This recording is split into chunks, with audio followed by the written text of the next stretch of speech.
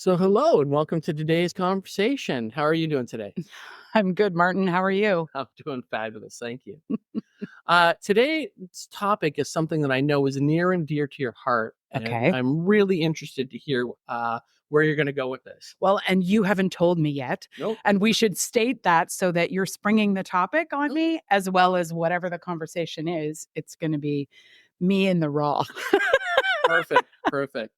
So, in the world of project management, it covers all these other things that are going on in our world around us.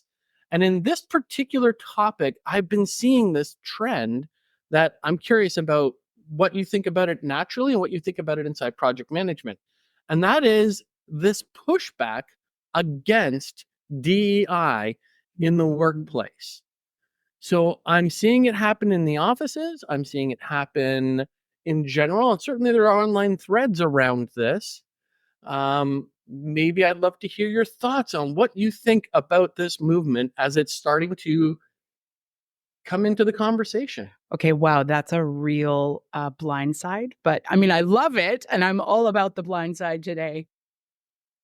You definitely know me well, Martin, to know that that is something near and dear to my heart because as a cisgendered white woman of a certain age, stage, and privilege, I am becoming increasingly more aware of the difference between how I hold this and a lot of my peers.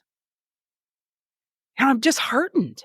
I'm really disheartened that the conversation, specifically in, I would say, business, not necessarily just project management, but let's be clear, if you want to get shit done, you're imparting project management skills. Whether you're trained as a project manager, whether you have any idea of sort of the profession of project management, in order to make something new that we don't have before, you have to, instill project management principles into the work. And I think work is being challenged globally with the idea of why do we have to care about diversity, equity, and inclusion? And I think it's really important for me to be able to accept the fact that not many years ago, I might have felt the same way. And that's hard to swallow because I'm so far down now on the other side that I'm embarrassed and ashamed of the types of thoughts that I held even 5 years ago. However, when I see Forbes magazine publish articles about the fact that major global corporations are now pulling back their DEI strategies and initiatives, what I am beginning to sense is this awareness of it's all about money. Mm. And of course business is about money and I have no problem with money. I think it's an amazing tool. The challenge is when your shareholder mentality and the desire for the dollar feels threatened by something like caring for someone or some group of people. I think the cost is too great as humans. The cost to deciding that money and the economy and the scale of which our business is operating in is more important than a human being. I think we're treading in an area that very few of us will survive well if we keep doing that. And I think partly that has to do with even the way technology is progressing. We have invented technology that will be more powerful than us. Not in its ability to be human, in its ability to do the work that humans can do. And I'm not suggesting the soft, squishy parts of humans, not even the power skills or AKA soft skills, but I call them power skills. Those things, I really don't think we're going to see AI do better than us. But run planning at a project level? Yeah, because it's zeros and ones, baby. Zeros and ones in tech and the clarity and the communication clarity that tech brings to those types of tasks, of course they're going to do better than humans because they have less opportunity to fail and have fault because they're far clearer. They're not cluttered up with emotions and but from a diversity, equity, inclusion standpoint, this is where the beauty of being human is. So when companies start to say, we're not going to go there, we're not going to create the same space that we were feeling challenged to do, I think it's a short-term belief that that there's more money to be made if they don't. And I think in the long term, the consequences will be grave. And I think what we're also going to see is this next generation, which I've had the opportunity to give birth to two of them. And as they in their 20s are looking at the world, and they're going to say, hell no, I'm not going to support that kind of thinking. Like they literally, given enough data in front of them, my two kids would protest some of these major corporations. They would literally hang signs and go out and protest that they're rolling back DEI. And this is the generation that is coming now. And they're not going to tolerate it because, we had the benefit of seeing this current generation in North America anyway, be raised with this notion that every human has value. Doesn't matter what they look like, doesn't matter what they sound like, doesn't matter what their skin color is, what their sexual orientation is. Value is intrinsic at a human level. And we've raised our kids in public sector education as well as cultural education in North America under that mentality and mindset. We've taught them that because we didn't have it and we missed out. So now they're coming up and they're going to be looking at us and going, really? Your shareholders are nervous about DEI, so you're going to pull back? They're going to put pressure on that not being the case. And we're going to see large corporations, I think, in the short term, feel like they're making the right choice. And in the long term, they're going to suffer. That's sort of what I see. And I mean, there's a lot of complexity in what I just shared, and there's a lot of stuff in there that can be talked about. But that's my perspective, is this is short-term thinking. Mm-hmm. It's not infinite mindset, as Simon Sinek would talk about. It's finite mindset. And a finite mindset, well, just by definition, it ends. The mindset ends because it's not for the long haul. What are your thoughts? Yeah, so I love where you're going with mindset, because I think mindset is fundamental to this. And so there are three things in there that really landed for me, and I'd love to ask you a question around those three things. So I absolutely agree with you that we're talking about different mindsets in the workplace, and that there is a clear generational adaptation separation. We're both Gen Xers. We come from that generation. And certainly both have kids who are part of DEI, and it's affecting them. So we have that in our family. But what I loved was you brought it to care. This is around care. This is around care and dollars. And I love questions around care and dollars because there's lots of things we've done over the years. We can go, we could care about that, and we just didn't put dollars into it. Yeah. But in that mindset, I really love, what do you think the generation that's coming up has in their mindset that older generations are missing? I had another person, a great colleague, great coworker, come up to me the other day.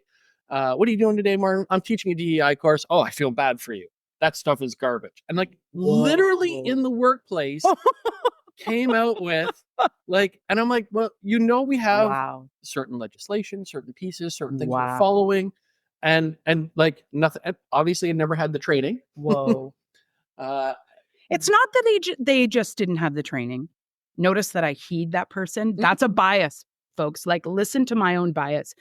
Conscious in this moment, I automatically assumed that was a male. And that's unfortunate for me because I also carry bias just like everyone else. What I will say is they have privilege, and that's why they say that. If there's one thing that has transformed me in this, it is that I, in my self-awareness journey in the last decade of my career and in my personal life, I have had to reckon the fact that when I look at my hand, the color of my skin is white. When I look at my gender, I am female. When I think of my age, I am way past middle age. And when I think of the way that I have had the privilege of going about this world due to the fact that my skin is white, I have age, and I have sort of been raised in an Anglo-Saxon environment in a country of Canada with ultimate privilege. Every single Canadian is privileged beyond measure, even those that break my heart, that are unhoused, that are struggling. even though it feels like they lack privilege, just because they're on Canadian soil, they have it.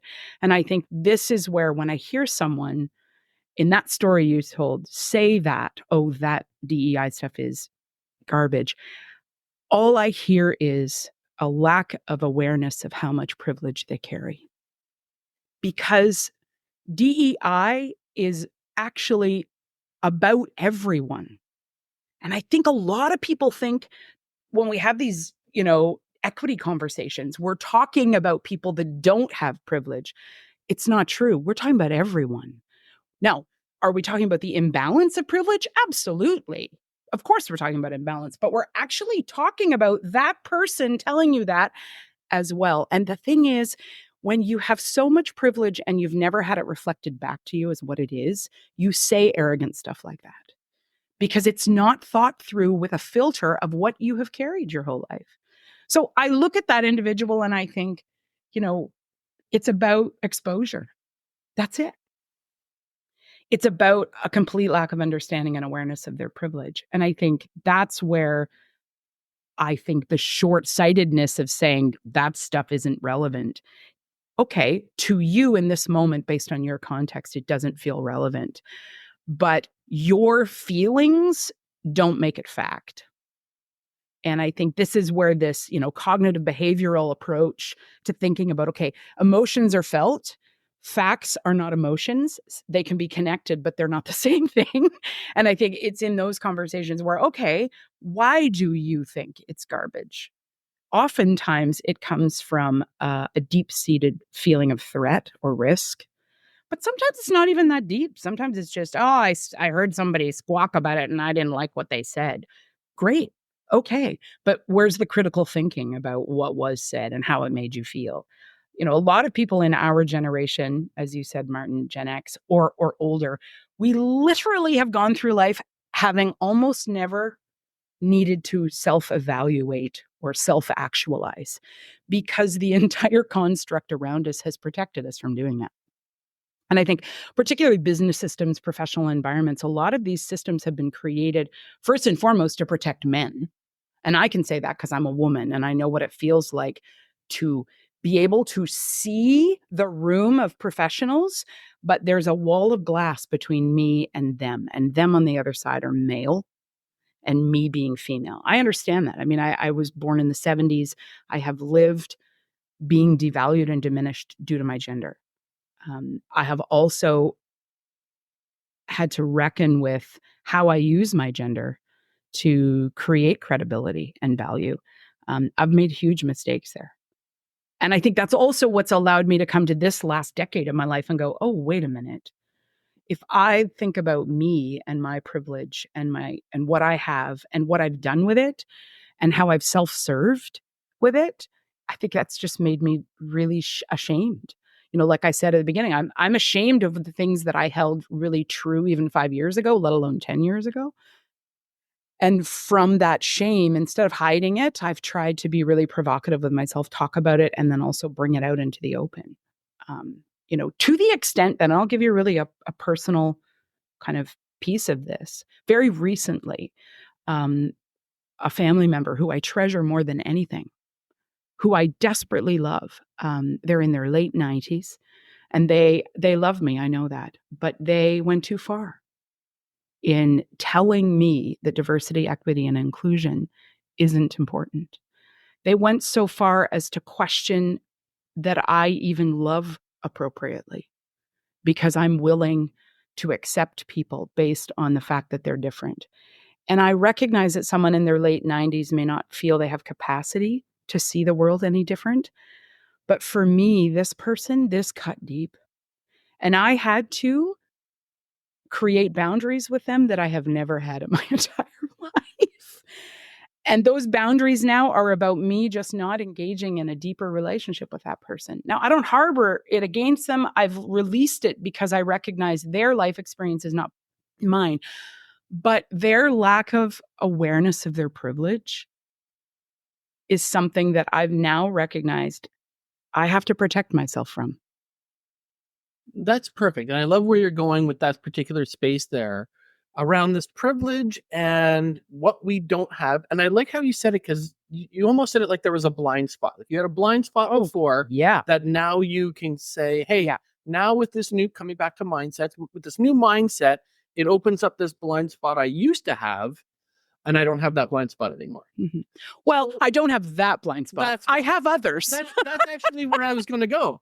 Perfect, perfect. So, for our listener at home who's saying, "Oh, I really want to care about this," Mm.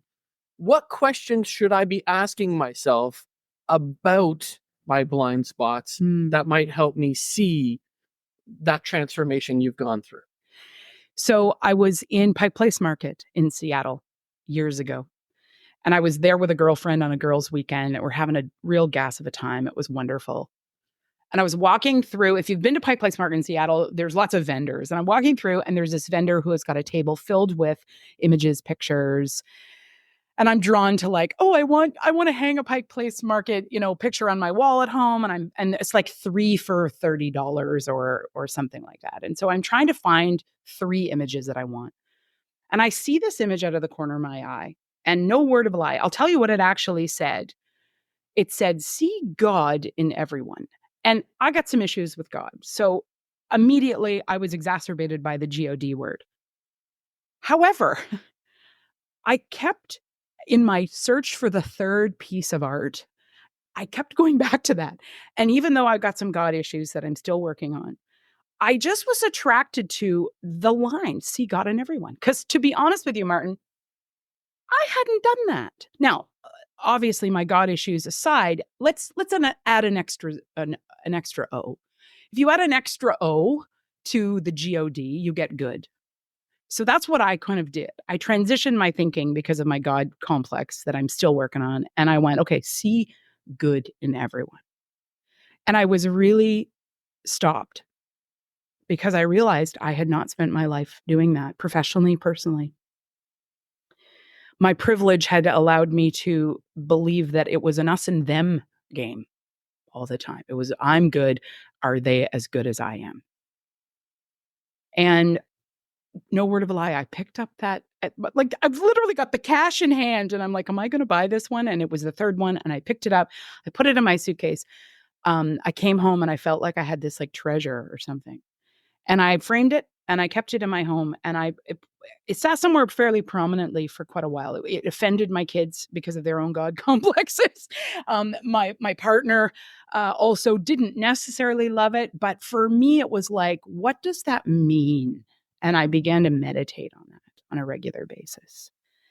And I think for me, I realized I didn't really know how to see good in everyone because I had been trained to believe, even in a political environment, that there's like, Democrats and conservatives and liberals, and that's the way it is. Well, no. What would it be like to see good in everyone, even ones that look, talk, act, have habits, have biases that are different than mine? That was about 12 years ago.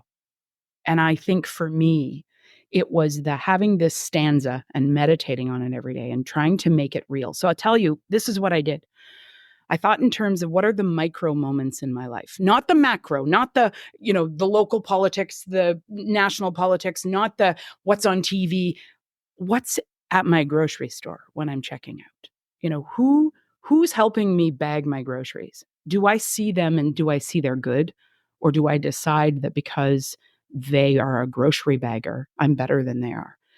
And I just found myself going, I want these micro moments in my life I want to lead with seeing good first. It transformed it. I realized that in the micro moments of my life, my career, my work life balance, those micro moments with humans, when I lead with expecting and anticipating their goodness, 9 times out of 10, it's their goodness that I see. And when you see goodness in someone, and when you lead with that energy, and you receive goodness back, I tell you what, DEI isn't hard in those moments. It's just not. It's just simply care. it's compassion, it's mutual respect. Now, I mean, I'm not asking for people with aggression negatively coming at me for me to see their good first. I recognize there are exceptions to this. I'm just telling you that's what I did. I saw this thing at Pike Place. It annoyed me enough. I brought it home and then I continued to meditate on it. And then I asked myself, how do I, in small, tangible ways every day, lead with seeing the good in everyone? And I can tell you that in a very short period of time, I found myself lifted. I found myself far more connected. And I also recognized that I had been living in a very narrow mindset. My finite mindset was that I had to worry about my goodness and protect it from other people's not goodness. And what I've discovered is that isn't it at all. That genuinely there's goodness everywhere in everyone. And in leading with that energy, people have transformed me. You know, the way I feel about diversity and equity and inclusion is not because I took a course, although I have, and I've written a course, multiple courses. It's because at a very basic level, I found a way every day to lead with that and to think about the fact that my privilege gives me the privilege to actually have that attitude. And that's been transformative. And that I don't even care if that makes me money. It's not relevant. Maybe also, I don't know. I haven't done this analysis yet. But maybe my concern for how much money I have has actually lessened because I feel goodness far quicker. And sometimes I think money or the quest for money becomes a replacement for feeling goodness, right? And in a business environment, we're like, we have to make more. We have to make our, our goals, and we have to look at our projections, and we have to drive. And I'm like, or we could also base value in other areas as well, which is value in connection, value in people, value in other people being contributors, voices heard, laying down privilege so that everyone has more privilege as opposed to only a few of us hold it for ourselves. That's great. Final question. If you had someone like the person who I was talking about earlier who was like, sounds like garbage, and you had 2 minutes in an elevator pitch. Oh, you're not going to do this to me, are I'm you? going to do this to you because you just came back to the value, and the value you were talking around there was, and again, if we're looking at metrics, cost, because cost is one of the pieces that's it's causing the drive to push back on DEI. The other values. So the value of DEI from hitting the first floor to hitting the 18th floor, how would you hit that? It's a really good question. I'm going to do something radical here. It doesn't sound like me, but I do understand business. I do understand shareholder mindset, and I do value that system.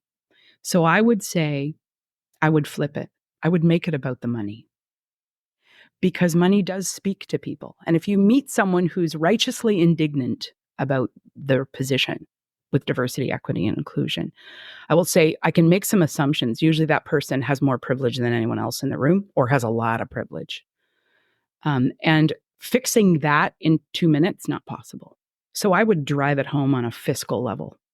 I would say fiscally, you've got billions of people on this planet. They all have money and economy of scale, and they all have the potential to be your customer.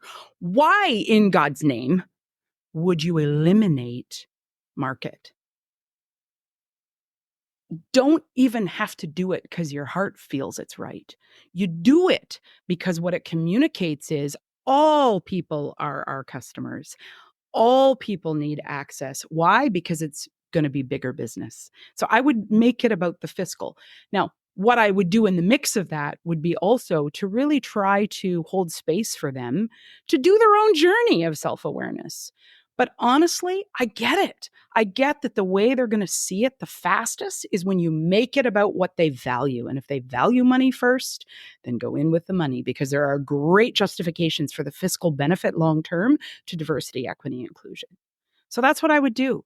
And like I said, that sounds counterintuitive from a person who just said, 15 minutes ago that they don't really care too much about money. I do.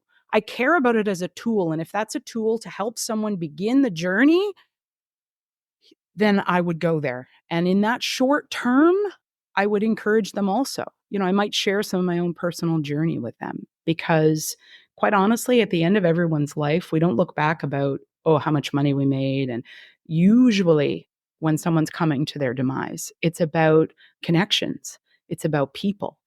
And those connections and people, it's diversity that's going to be there. It's not just the people in your family, the people that you've worked with. It's anyone who shows you kindness and compassion at the end of your life. So I think, I would hit them where it hurts the most in that fiscal awareness, but I would very quickly follow that up with the journey that I've been on. And also recognize everyone has their own journey here. It's not about browbeating someone to care about diversity, equity, and inclusion. It's about those of us who do keep doing. And that's attractional. And I think the energy to it is attractional too. Thank you so much for the conversation today. Thank you. It's been good. Thanks for blindsiding me on a topic I'm so passionate about that I got lots to say. All right. Thanks again. Bye. Bye-bye.